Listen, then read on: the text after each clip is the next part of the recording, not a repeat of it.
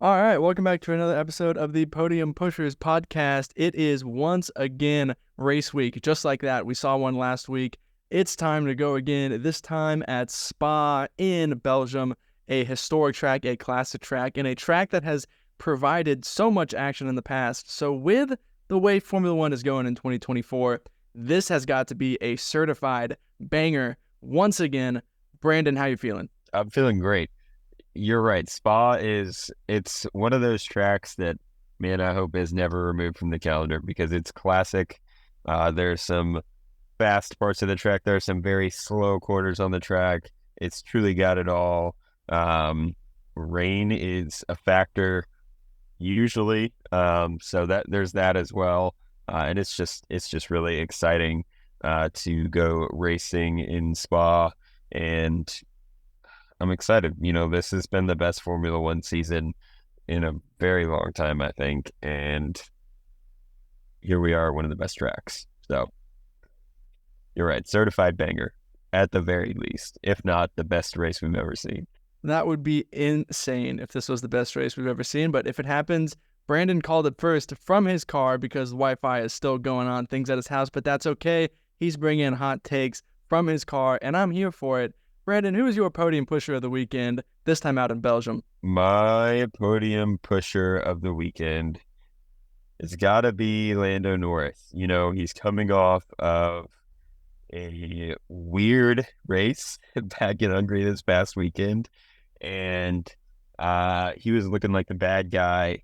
Is a situation that he was put in. If you want to hear more about that, go listen to our recap of the Hungarian Grand Prix. But I think Lando's going to bounce back. I think he's going to have a great weekend. The McLaren has been very, very fast this year. Specifically, I think in the on the straights and in the faster sections of the track, which Spa has a couple of long straights and a couple of pretty fast sections throughout the track. So I think McLaren's definitely going to be on it. I think they're going to have a great race. And I'm excited to see what Lando can do. As this is a part of him like growing up and becoming that championship driver that I think a lot of us knew that he was going to be. And so seeing him, like, I think he's just going to bounce back and it'll be an all around dominating weekend from Lando Norris.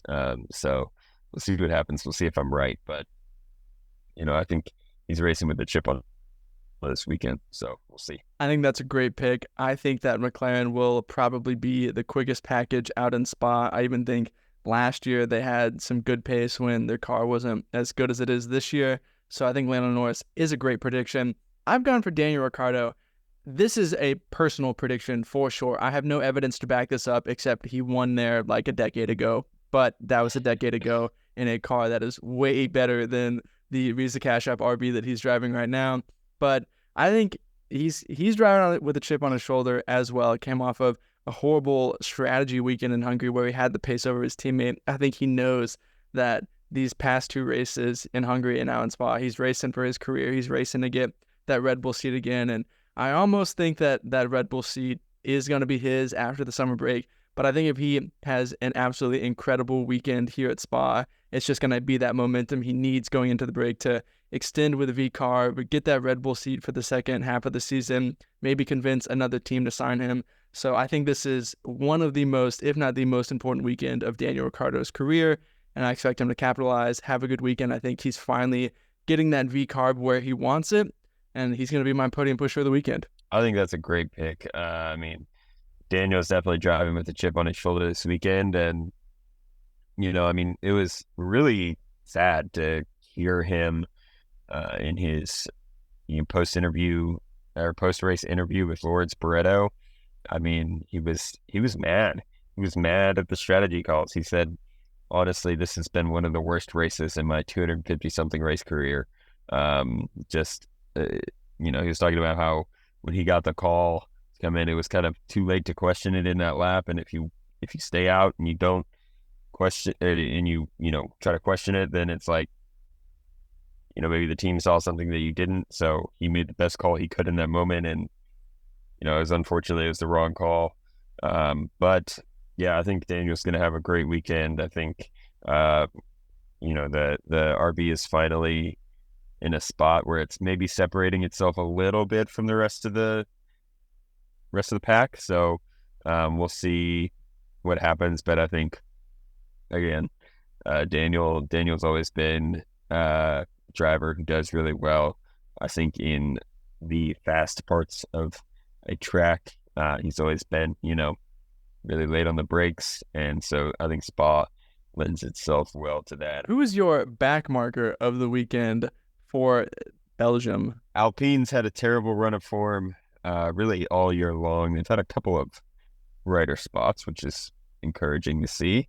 But, they had a bad weekend this past weekend. Esteban Ocon finishing in P18 and Pierre Gasly retiring from the race with, I believe it was a hydraulic leak or something like that. Mechanical failure for Pierre. So I think that they are going to continue this run of form. It's not going to be a good weekend for them. But that's okay. Hopefully they can regroup and find some positive things to take into the summer break and work on and stuff like that. But I don't expect them to kind of be able to turn things around quick enough to have a good weekend in Spa. And I don't think their car will be suited well for the track. So that's who I'm going with backmarker of the weekend. We might as well just say you're correct now. They've got a heavy car and they got a car that's slow in the straight. They're going to have a terrible weekend in Spa, 100%. I've gone for Sergio Perez as my backmarker of the weekend. This is another personal pick here of kind of just wishing that it happens going into the summer break. No shot he has 2 good weekends in a row. It just doesn't happen in Sergio Perez's career anymore. And he didn't even have a great weekend in Hungary, but he had a good recovery race and ended it in P7. So I don't know what backmarker of the weekend looks like coming off of a P7, but I don't think he's going to have a great weekend. He kind of struggled in Spa last year, had that incident in the sprint race that caused him to retire and looked slow outside of that. Never really competed with Max at all, and Max had a grid penalty. So yeah, I'm going to go with Sergio Perez as my backmarker of the weekend. I also think that's kind of a let's lock it in right now. I think we've got the crystal ball for this weekend. I'm calling it. Every prediction is going to be right. But yeah, man, Sergio is just, yeah, I mean, you couldn't even call that a good weekend for, in Hungary. And, maybe because of that, he'll have a good weekend in Spa because technically last weekend wasn't a good weekend. And Sergio doesn't have 2 good weekends in a row. I don't know. But yeah, I think Sergio is just not going to have a good weekend. Like you said, he struggled last year, and there is a lot of mounting pressure on him, and he seemed to handle that well on Sunday. But beyond that, it was a struggle this past weekend for Sergio. So I don't expect him to have a good weekend. I expect this to be his final race as a Red Bull Racing driver in Formula One. I'm going out there on a limb. I'm saying it. I think somebody else is going to be in that seat for the rest of the year. So 100% someone else has to be in that seat. My favorite Sergio Perez quote, maybe of all time, is when he says that he has a contract with the team and he intends to fulfill it. Brother, that's not your call. I don't care how much you want to fulfill it. If Christian Horner doesn't want you to, you're gone. So we'll have to see what happens with that. It's funny to watch his interviews after he does poorly. I hope that maybe he can find a seat somewhere else if he doesn't finish the season with Red Bull. Hopefully he'll be able to find something somewhere else for 2025, but it could potentially be his last race in Formula One. That would be crazy. But yeah, I mean, I think you're right. I don't think he's guaranteed the V-carb seat. If the swap happens, I could easily see Liam Lawson being put in that second V-carb seat alongside Yuki Tsunoda so they can fully evaluate their drivers and see what they want going forward. That would maybe almost be what's best for Sergio Perez, so he would be fully released of his Red Bull ties and could get a contract somewhere else. I do think maybe a Williams would want him to bring in that sponsor money. Maybe a Haas would want him to bring in that sponsor money and the experienced driver, and maybe he would shine again outside the spotlight with a car that suits his driving style. So, maybe that would be what's best for Sergio Perez, but I truly, truly believe that this is his last race with Red Bull Racing. Yeah, it's got to be. And, the other interesting thing that Christian Horner said this past weekend in Hungary was that he was pushing hard for Isaac Hadjar to have more opportunity in Formula One, potentially for 2025 even. So that's also really interesting. So clearly Red Bull and VCarb are kind of waiting till the last possible second to play their hand with their drivers. So I'm really excited to see what happens with that. Yep, we've got on-track drama this year, but we have got just as much off-track drama to go with it. That is enough of our Sergio Perez rant. Let's move back into the predictions. Who do you have for pole position this weekend? For pole position this weekend, I've been kind of going out on a lot of limbs recently with pole position predictions, and we're going to keep the train rolling. I think that George Russell is going to be on pole position here in Spa this weekend. George has had a couple of good performances in Spa in the past, and I think of the Mercedes that are going to have pace, Lewis has had his moment the past couple of weekends. I expect George to have a moment this weekend in pole position. I think that is a great pick. I don't know if they'll have the pace that they've had or that they need to be successful on a track with the kind of straight line speed you need to have success here at Spa, but I think it's a great choice. I've gone for a Mercedes powered car. I think it's going to be Oscar Piastri on pole position this weekend. Finished P2 in sprint shootout qualifying last year and had a really great sprint race there as well. Led a couple laps for a period of time. Thought that was going to be his first win in Formula One, and then Max Verstappen remembered that he exists in the RB19 and went ahead and won that thing by like 18 seconds with 7 laps. But I think Oscar Piastri has performed well at Spa in his one chance that he's gotten. I think he's got the momentum. I think he's performing well at the moment. He and that McLaren are getting along well. So I'm going to go with Oscar Piastri in pole position. Yeah, I think that's a great pick. And Oscar's been driving really well. Obviously, he won in Hungary, which is amazing. And, when Lando had his first win in Miami earlier this year, he kind of carried a lot of momentum through the next few races. And, Oscar kind of wasn't doing as well for a few races, and now he's kind of picked things up. So I think, that's a great pick. Maybe we'll see Oscar win again. That would be crazy. 2 in a row for Oscar Piastri before Lando Norris gets his second win. That would be nuts.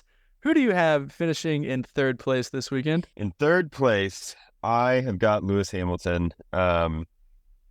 Lewis has had a great couple of weekends and just shown how good he is at getting the maximum out of a car when given a good opportunity. So I expect Lewis to qualify probably in the top 6, and I'm hoping that he can pull it out for a third podium in a row. I think that's definitely a possibility. We have been seeing in the past couple of races Lewis Hamilton qualify more and more where I think he should, and I do still think that he might have just a slight race pace edge over George Russell. So as long as Lewis continues to put that car where it should be in qualifying, he's always within a shout for the Grand Prix. I've gone for a driver who seems to be maximizing his car as well, and that's Charles Leclerc. I think he's had a lot of success at Belgium in the past, obviously won the 2019 Belgian Grand Prix for his first career victory. But yeah, he's had success here in the past, especially even with a car that isn't very quick. I think that Ferrari is maybe the 4th quickest car, could be the 3rd quickest car near the Mercedes. So he should be in a position to fight for a podium. And so I've got Charles Leclerc in P3. Yeah, I think that's a great pick. I think Ferrari had a good step forward in Hungary. And hopefully they'll continue the same in Belgium. I think Charles is a great pick. For P2, I have Oscar Piastri. I think that Oscar's going to have a great weekend. I don't necessarily know if he'll be able to eke out a second win in a row. I think that would be amazing if he did. Give us another kind of crazy stat of Oscar Piastri having double the amount of career wins that Lando Norris does. That would be wild. But anyway, I think, like I said earlier, I think Oscar is going to have a great weekend, but I think there's going to be one driver that's going to have an even better weekend. I agree with you. I've gone for Oscar Piastri in P2. you pretty much said it all. I think he's going to have a great weekend. Not convinced that it's going to be an easy win for him. In my mind, he's still like a little bit behind Lando Norris on race pace. I do think. I think the McLaren drivers are very evenly matched and they're one of the strongest driver lineups on the grid. But I do think Oscar Piastri is the number 2 driver there and is just missing a tenth or two to Lando Norris. But I think as the weeks go by, that gap is getting smaller and smaller. And this is completely off topic, but I do truly believe next year they will be tight week in and week out as a driver lineup. I think they will be taking points off each other. They will be fighting for wins, and I'm excited to watch that. But for now, I've got Oscar Piastri in P2. Yeah, I think that's a great pick. Obviously, I think it's a great pick because I picked it as well. But let's talk about P1. I think that I've got P1. I've got Lando Norris. I think, Lando, like I said earlier, he's driving with a chip on his shoulder. He's my podium pusher of the weekend prediction. I think Lando's going to come in and he's going to not let anything like last weekend happen again. So I think Lando's going to run away with the win. It'll be a great weekend for him in Spa. That'll give him double the amount of career wins that Oscar Piastri has. So I think it'll be a great weekend of racing, and I'm hoping that they can keep it clean and not kind of damage any relationship there. But it's crazy that we're making these double the win jokes. We've had 7 different winners this year. Max has won 7, and then everybody else has been splitting them among themselves. That's why he has this massive championship lead. He's still having an insane year. I agree. I've gone for Lando Norris in P1. I think the McLaren will be fastest. I think Lando will be the fastest McLaren driver. It's going to be hard for me to argue against your podium pusher prediction being correct if Lando Norris absolutely wallops the field and wins, but that's what I expect to happen. I think this is going to be a very convincing victory from Lando Norris, and yeah, I think he's going to be P1 this weekend. Yeah, I'm just excited that we're at a point in this season where we truly have no idea what's going to happen. We're at a track where, honestly, usually we truly have no idea what's going to happen at Spa. Anything could happen. I mean, you think back to like even 2021, the whole rain situation, that was crazy. Don't even bring that up. We can't have something like that happen again. Don't even mention it. Well, I mean, I'm not saying it's going to happen again, but like just to the point of like, you never know what's going to happen in Spa, right? Nobody ever expected that to happen. But it was almost George Russell's first career win. Oh, so close, but that's okay. Anyway, yeah, I'm just excited for the weekend. It's going to be great. Going to be an absolutely incredible weekend. And while we hope it doesn't flood and we get to see some action, there is always a chance of rain around Spa to spice things up. It's time for our bold predictions. I see on our little prep sheet that yours is blank, so I'll go first. I'll put my bold predictions out there. If you need to have time to think about them, this is your chance. My first bold prediction, Lance Stroll outqualifies Fernando Alonso. Maybe that isn't that bold, but in my mind, I used to always be like, Lance Stroll outqualifying Sebastian Vettel. That's crazy. And so now we're at that point where I'm like, Lance Stroll outqualifying Fernando Alonso. That would be crazy. Fernando Alonso had a lot of great weekends last season. One of his worst weekends was in Belgium. So maybe there's a chance Lance Stroll outqualifies Fernando Alonso and gets me that bold prediction. My second one, not super bold either, but neither Alpine driver scores points this weekend. You put them as your back marker of the weekend. We agree that that thing is going to be a boat on wheels this weekend and is going to be terrible. They've had awful luck. They've had awful strategy. They've had awful reliability. And I think it's going to continue. They just need to survive to the summer break and get a good reset over the summer. And they'll probably announce 7 leadership changes again over the summer break just for the heck of it. But this weekend, no points for Alpine. Yeah, those are great predictions. Maybe Alpine will bring back Otmar Safnauer. Maybe that's what was missing. I don't know. That would be wild. So I've got 2 bold predictions. I thought I had typed them down, but maybe I didn't. Number 1, I am going to say that Carlos Sainz announces his race seat for 2025 during this weekend. Summer break is here. The time is now. If Carlos waits any longer past now, that's this weekend or the summer break, I'll just be really confused. I feel like time is truly running out for him on announcing that, but we'll see what happens. My second bold prediction is that this past weekend, Red Bull scored 16 points in total between Sergio and Max. I'm saying that they're going to score less than 16 points this weekend in Spa. That feels really, really bold. We'll see what happens, but I'm feeling good about it. Those were some absolutely crazy predictions. I think Carlos Sainz's announcement has to be coming soon. I know he's waiting to see if the Red Bull or Mercedes seat comes open, and it feels like it's 1 week, those seats are locked down. The next week, those seats are open. But he's got to make his decision at some point, because eventually these teams that are waiting and want him will be like, well, we can get like a B-list driver for a little bit less money who's going to give us pretty much the same performance, who will at least commit to us. Like, these teams don't want to wait forever on Carlos Sainz. And we know Audi want Sainz to be racing for them, and Williams wanted him, but even they've come out and been like, we're kind of getting frustrated with him not signing, and have been looking at Valtteri Bottas. And I think Valtteri would sign that contract in a heartbeat if it was presented to him, because he's even less guaranteed a seat than Carlos Sainz is, I feel like. So that's going to happen soon.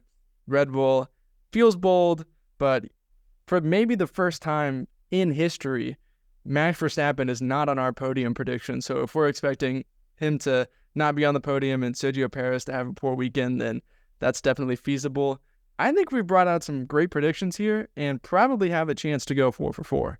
That would be insane. Have we ever gone 4 for 4? I don't think so. History being made in Spa. That would be crazy. I need to go back and like tally up what the score is, because I've fully lost track of it. I just like skipped a weekend and then it got off track. I have no idea which one of us is ahead. That would be my summer break task, is to go back and see who's ahead so we can fully track for the rest of the season. If you listen to our last podcast, we had some fan bold predictions. So go over to our social media, see our post where we ask for your bold predictions in our Belgian Grand Prix recap podcast. We would love to get to go over some of you guys' predictions. So get up your hot takes, throw them on our social medias. Brandon, what are your parting podium thoughts?